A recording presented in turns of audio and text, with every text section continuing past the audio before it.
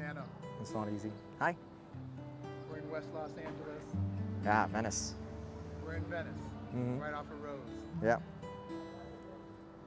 We're in the two main streets of homelessness. You're homeless. Yeah. You were telling me earlier that you chose to be. Yeah, Tell me about that.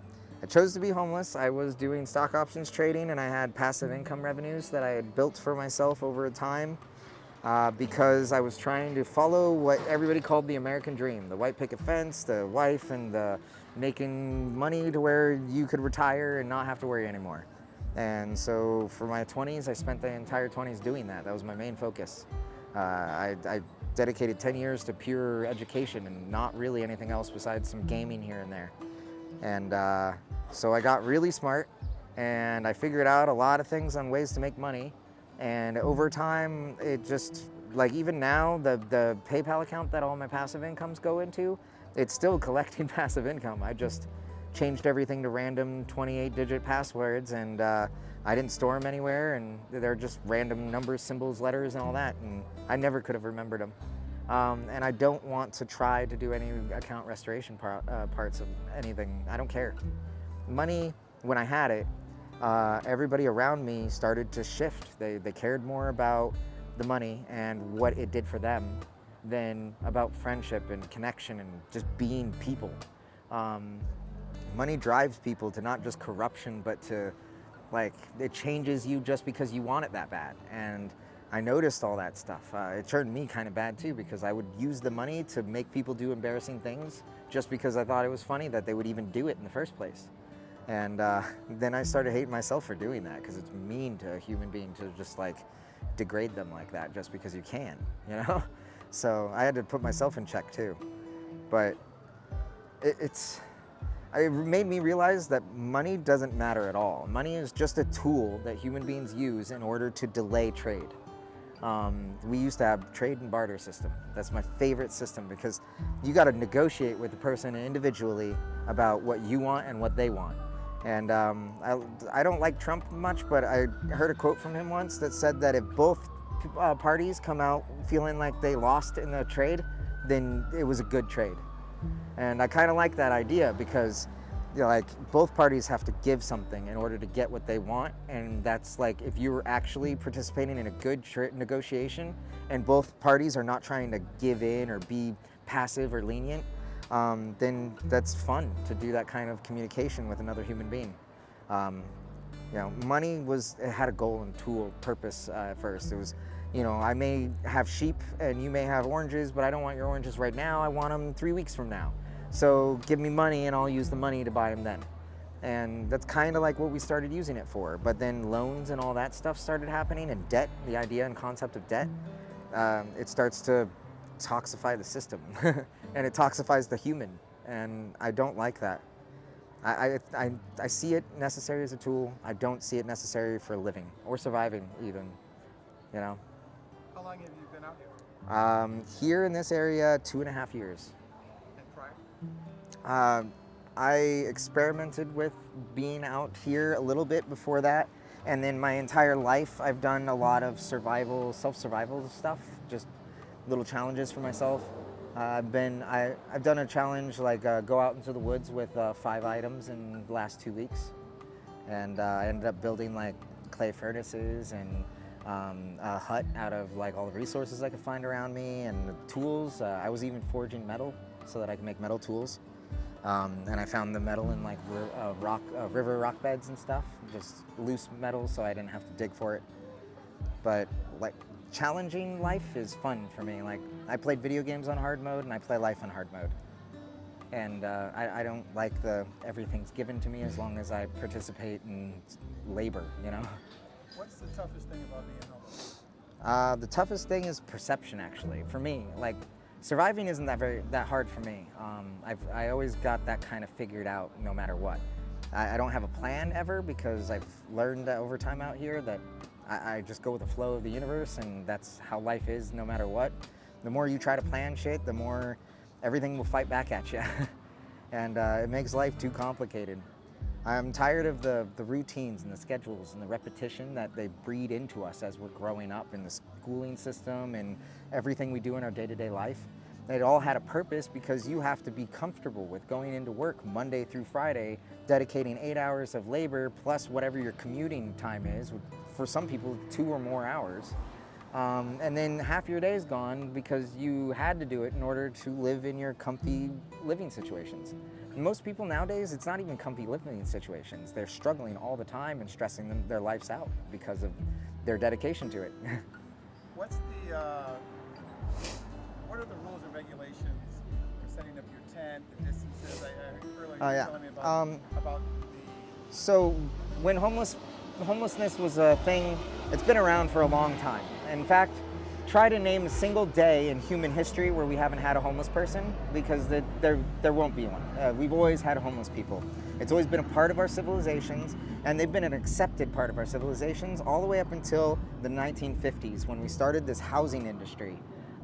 That's when mass manufacturing of housing started. In the 1950s, right after World War II, the first community, conveniently, they wanted $6,000 some odd for their houses, and the vets from World War II got a check during that time that was around $6,000. So you basically just transferred the government money into the housing industry. They instantly blew up and exploded, and it spread like wildfire throughout the planet. And so now that housing industry has bred everybody to think that homelessness is a problem and a wrong thing, but it's always been here. So they use these rules and regulations that have nothing to do with us. There's one in the ADA laws. It has to do with disabled people, to provide them at least 36 inches on a sidewalk in order for them to be able to use their wheelchair to go through it. Most of the places where we live and we put our structures, no person in a wheelchair travels down them anyway. There's no reason for them to. They never do. I've never seen people actively want to travel down like these 2 streets right here on a wheelchair, but we still have to follow that law because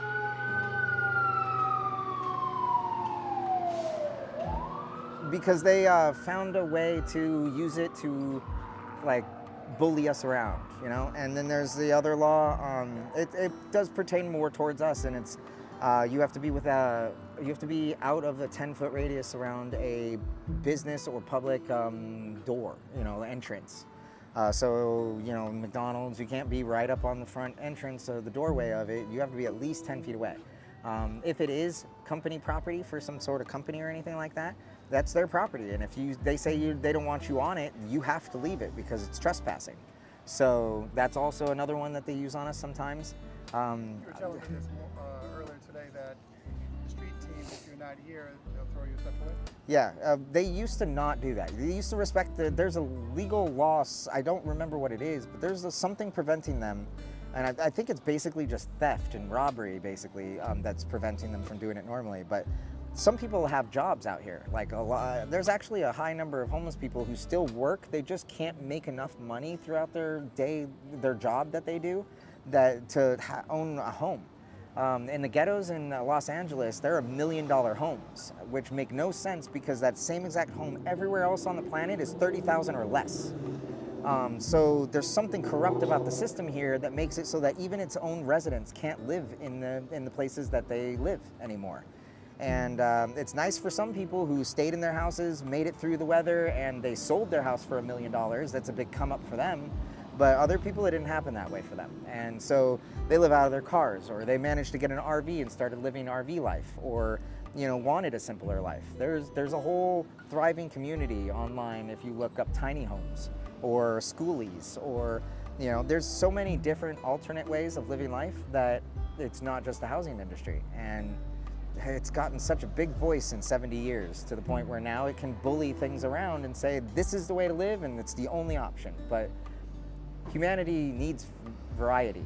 We have variety in the colors of our skin. We have varieties in the personalities of each other, and who we like and who we don't like, and what we like to eat and what we don't like to eat. Because variety is part of nature. That's how we got all of these things in the first place. It started playing around with variety and gave you variety. And if we start disrespecting the idea that we need variety in our lives and lifestyles and the way we choose to live, then you're basically disrespecting yourself. What's your view on, I know Venice Beach, directly on the beach, has a lot of things going on recently. Yeah. What's your views on that, and how's it affecting people you know? before COVID, it was a very strict type of lifestyle if you did live on the beach as a homeless person. They didn't want you on the sand at all. There's a city violation. It's not like a federal law or something that's going to get you jail time, but you will get a ticket for it, much like running a stop sign, maybe, you know, like not stopping completely, or stopping in the crosswalk. You know, they'll give you a ticket for it, but they're not going to send you to jail for those. So they would give us tickets for tent on the beach. Anytime your tent is on the other side of the boardwalk towards the beach side, you can get a ticket for it. But we would go to the ticket clinic, the place here, where we'd have volunteer lawyers or pro bono lawyers. They would go and fight those tickets for us, and then we don't have to pay them. So it's this weird shift of money that kind of like the government just kind of funnels it through some weird loophole for tickets on the beach. And I never understood that idea, but that was before COVID. Then COVID, the governor said, stay where you are, quarantine yourself if you get the COVID, and it's safer this way for everybody if everybody stays where they are. And that meant that we had a little bit of power to sit there and say, we're not moving from the beach, like this is where we're at. And they kind of put up with it for a little while. But people started getting careless and messy, and there's a lot of them now because people are not looking at the problem, they're looking at their problem of us, you know? They see homeless people, they think that's the problem. Why are there homeless people, you know? Not all these people are choosing to be homeless. A lot of them ended up that way. And nobody is looking at the problem that's causing it all. They're trying to think that we are the problem. And it's gonna get worse. But I agree with them though, like it looks messy out there. It's a trash pile on a beach. And if people are gonna spend thousands of dollars to fly here from another country and pay for these ridiculous rent motels, you know, to go into them for a few nights, and the food's expensive, I don't think they wanna spend thousands of dollars on a vacation to come see a pile of trash and sand and a bunch of crazy people. But it is kind of, there's a catch-22 in that. People love reality TV series and, you know, that kind of drama and stuff in the TV. This is a live version of that. You know, I call this the outdoor mental institution. You know, because there's crazy shit that happens all the time out here, and it's a lot of entertainment to just sit there and watch it all because they're not going to mess with you. You're a tourist. They're just messing with each other, you know, and acting crazy and stuff. Just don't get in their way. But it is funny watching them be crazy. Is there a particular age range that you see out here that are homeless? Is it middle age? Is it elderly? Is it mid-20s to mid-30s, I'd say, is the highest concentration for the ages. But also there's a higher concentration of people who do have mental disabilities out here, because California and a few other states have kind of dropped the ball when it comes to funding their mental institutions. And they all shut down a lot of facilities to the point where those people, some of them didn't have family members that they could fall back onto and provide them the money they need for independent care or to go to another facility or anything like that. They had nobody.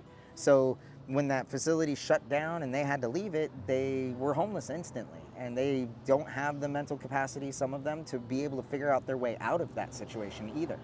And so there are a higher than there should be number of people out here who are suffering from some sort of mental disability, and it's preventing them from being able to be useful in society as a contributor somehow, you know?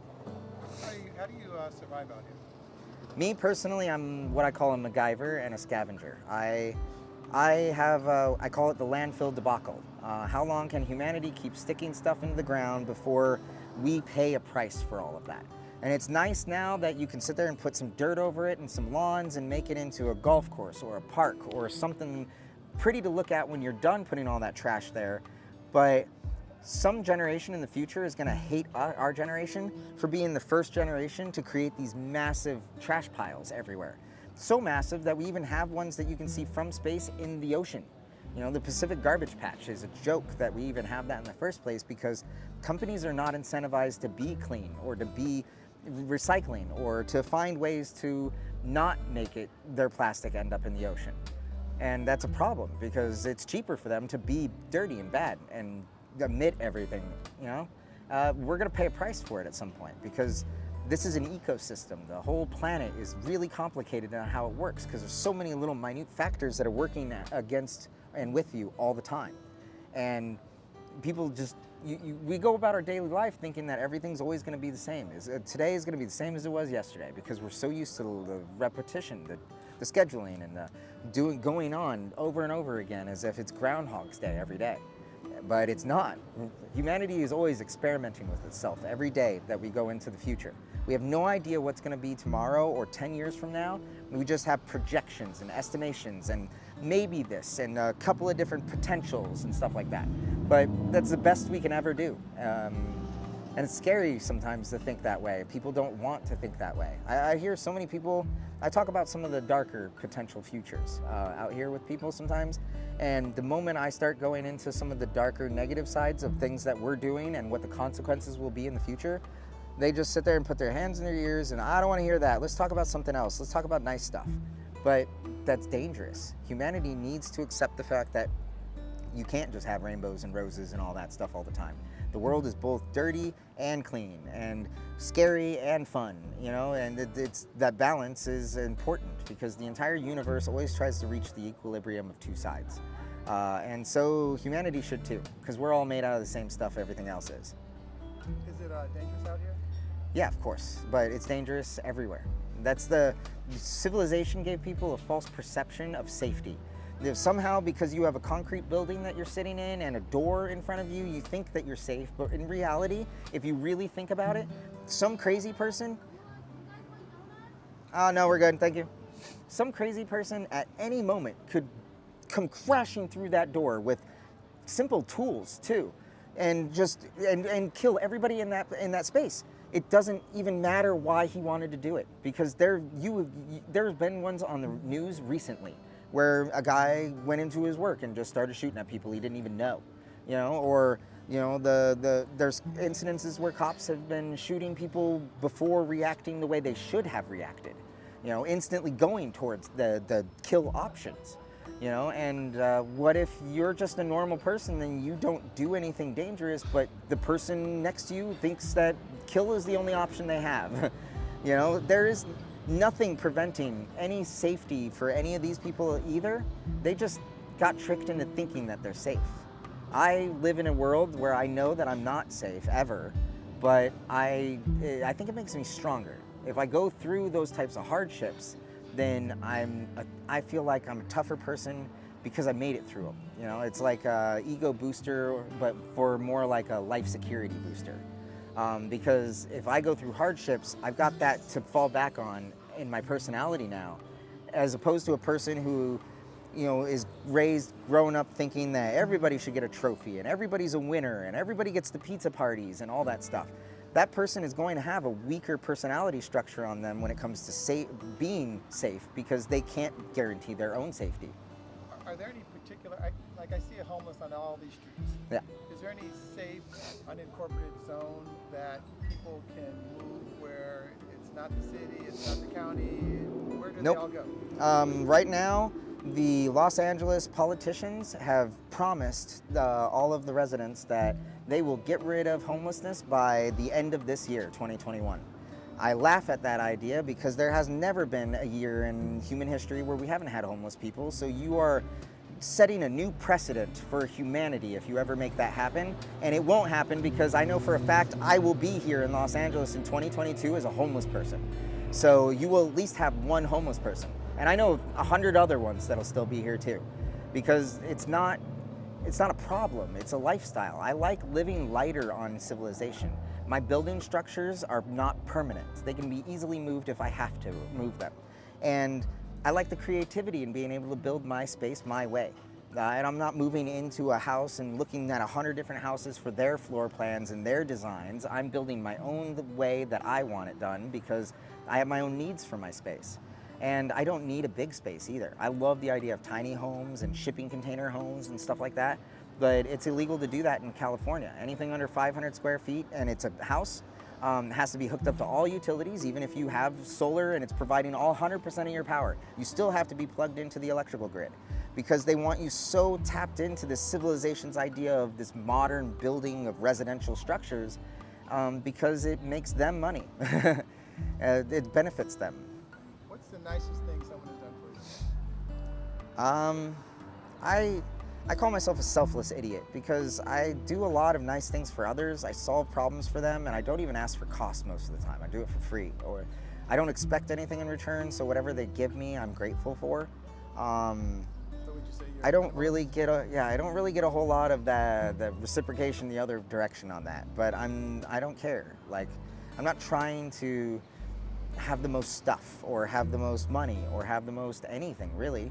I'm trying to live life the way I want because it's what makes me happy, and I think that that's what human beings should be doing, is trying to enjoy and live a happy life that teaches you and helps you grow and evolve and become a more of you as you grow.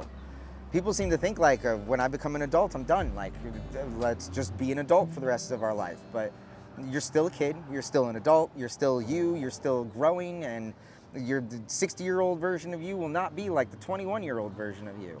And so until the day you die, as far as we know, you will keep evolving and growing as a person. And I like that out here, I do that more in a day than I did as a resident.